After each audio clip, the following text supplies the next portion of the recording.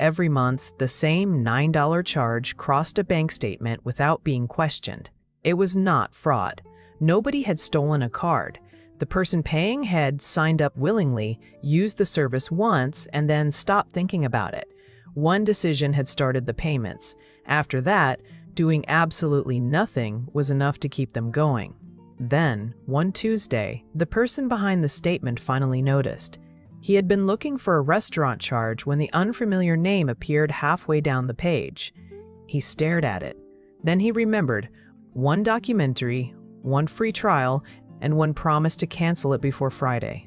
Friday had apparently been very busy.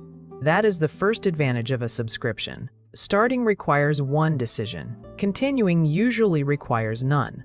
Researchers found that when an expired or replaced bank card interrupted automatic payments, more people canceled.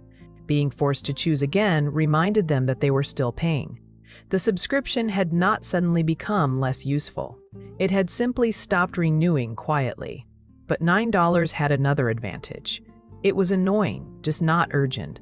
A $200 mystery charge would have turned him into a detective before breakfast. But $9 could be investigated later. And later is where small subscriptions go to build careers. $9 is not a magical forgetting threshold.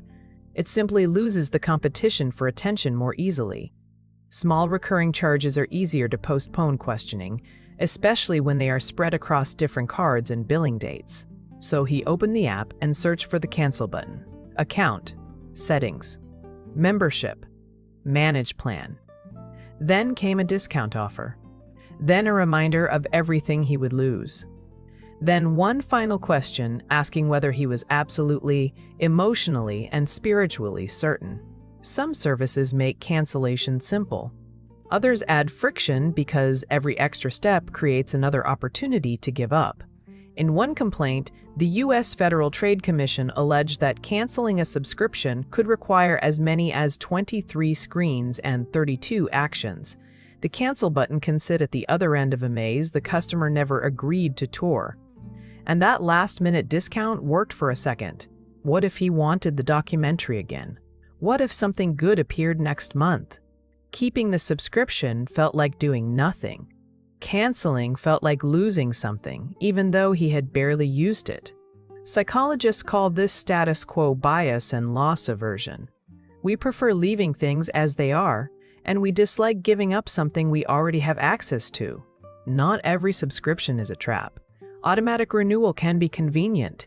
Annual plans can be cheaper. Bundles can offer real value.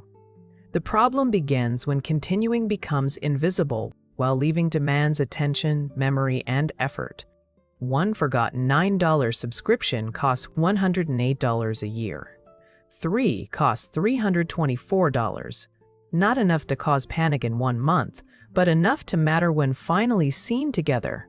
So here's one thing that actually works. Pick one day each month, open your bank statement, and read every recurring charge. Ask 2 questions. Did I use this? And would I buy it again today? Not to feel guilty, just to remember what you agreed to. And if a particular charge came to mind while watching this, you are probably not the only one, because a useful subscription can survive being remembered.